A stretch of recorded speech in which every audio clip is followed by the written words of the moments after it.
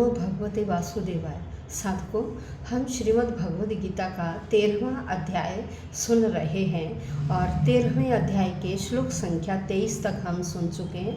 आज हम श्लोक संख्या 24 का श्रवण करेंगे। देखिए, श्लोक संख्या 23 में भगवान क्या कह रहे थे कि व्यक्ति को ये जो सांसारिक मोह माया है इसका त्याग कर देना चाहिए और मुझ पर वह क्या रखे, विश्वास रखे, मुझ पर श्रद्धा रखे। इस प्रकार से उसे सच्चिदानंद आनंद की प्राप्ति होगी और वह सुखी होगा। तो देखिए, आइए देखते हैं श्लोक संख्या 24 में भगवान क्या बता रहे हैं अर्जुन को। यह एवं वेत्ति पुरुषम प्रकृतिम च गुणैः सह सर्वथा वर्तमानोपि न स भूयो भी जायते। अब यहाँ क्या कह रहे हैं कि जब व्यक्ति इस प्रकृति से, जीव से, इन सब से अपने संबंध को अलग कर लेता है तो तब वह यह समझ जाता है कि यह जो सांसारिक सुख है यह क्षणिक है और फिर वह मुक्ति प्राप्त करने की ओर बढ़ता है। और जब उसे सांसारिक मोह माया का पता लग जाता है कि ये सब क्षणिक हैं, कोई कुछ नहीं है, तो तब वह अपने आप ही भगवान की तरफ उसका मन लग जाता है और उसे वास्तव में अंत में मुक्ति या मोक्ष की प्राप्ति होती है और उसका फिर यहाँ दोबारा से जन्म नहीं होता। तो देखिए क्या कह रहे हैं, यह एवं जो इस प्रकार से व्यक्ति जानता, क्या जानता है, पुरुषम जीव को जानता है, प्रकृति को जान लेता है, गुण हिस्सा है गुणों के साथ, क्योंकि प्रकृति में क्या है, गुण है, सत्व रजस तमस, ये सारी जितनी चीज़ें दिखाई दे रही हैं प्रकृति की वो इन 3 गुणों से युक्त हैं। जब व्यक्ति इन 3 गुणों के साथ प्रकृति को और जीव को समझ जाता है, फिर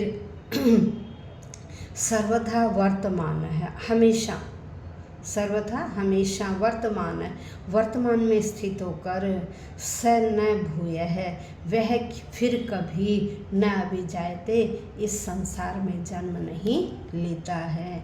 तो यहाँ भगवान कह रहे हैं कि देखिए, जो व्यक्ति प्रकृति और जीव और प्रकृति के गुणों के साथ जो संबंध है उस विचारधारा को, उस ज्ञान को अच्छी तरह समझ ले जाता है, तो वैसे व्यक्ति की क्या है, उसे मोक्ष प्राप्त होना निश्चय है। और वर्तमान में चाहे उसकी कैसी भी स्थिति हो, लेकिन वो क्या कर रहा है, भगवान के भजन में लगा हुआ है, सारे कर्तव्य पूरा कर रहा है, लेकिन कैसे, निर्मोही बनकर अपने जितने भी कार्य हैं उन सभी कार्यों को कर रहा है, उसे किसी प्रकार की लालसा नहीं है और ऐसा व्यक्ति फिर अंत में मोक्ष की प्राप्ति करता, भगवान के गोलोक धाम को प्राप्त करता, उसका जन्म बार बार नहीं होता। तो भगवान यही कह रहे हैं कि देखिए, जब व्यक्ति समस्त अपने कार्य करता हुआ और गुणों का संग भी नहीं करता, भाई कार्य करता सभी लेकिन उन गुणों में इतना रमता नहीं है, तो ऐसा व्यक्ति भगवान के परम धाम को पहुंचता है। तो देखिए कैसे, एक दृष्टांत से इसे समझिए कि जिस व्यक्ति को ज्ञान हो गया तो वो दोबारा यहाँ पुनर्जन्म नहीं लेगा। जैसे जब हम दही को भिगोते हैं तो दही में से क्या है, एक छाछ बनती है, एक उसमें से घी, उस घी को निकाल लेते हैं। तो जब उस घी को निकाल लिया, यदि आप उस घी को दोबारा छाछ में डालेंगे, क्या वो उसमें मिक्सअप हो पाएगा? नहीं। तो ऐसे ही क्या है कि जब व्यक्ति को यहाँ के मोह माया इन सब का पता लग जाता है तो वह उससे विलग हो जाता है और बार बार इन जन्म मरण के बंधनों से मुक्त हो जाता है। ऐसा भगवान ने श्लोक संख्या 24 में बताया है। तो देखिए, वीडियो पूरी सुनिएगा, लाइक कीजिए, शेयर कीजिए, अपने बड़ों को भी सुनाइए, छोटों को भी सुनाइए।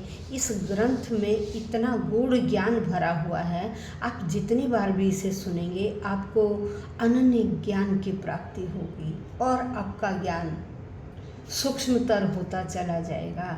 इसलिए इस जो हमारा ये पवित्र ग्रंथ है इसके रस का पान कीजिए, औरों को भी पान कराइए, लाइक कीजिए, शेयर कीजिए और वीडियो को बीच में न छोड़ें, ताकि नेक्स्ट वीडियो जिन्होंने सब्सक्राइब नहीं किया वो सब्सक्राइब करें ताकि नेक्स्ट वीडियो का नोटिफिकेशन आप तक पहुंच सके और कोई भी वीडियो आप मिस न करें, क्योंकि अभी हमारा 13वां अध्याय चल रहा है और हम धीरे धीरे समापन की ओर जा रहे हैं। इस तरह से आप पूरी भगवत गीता का आनंद ले पाएंगे। धन्यवाद।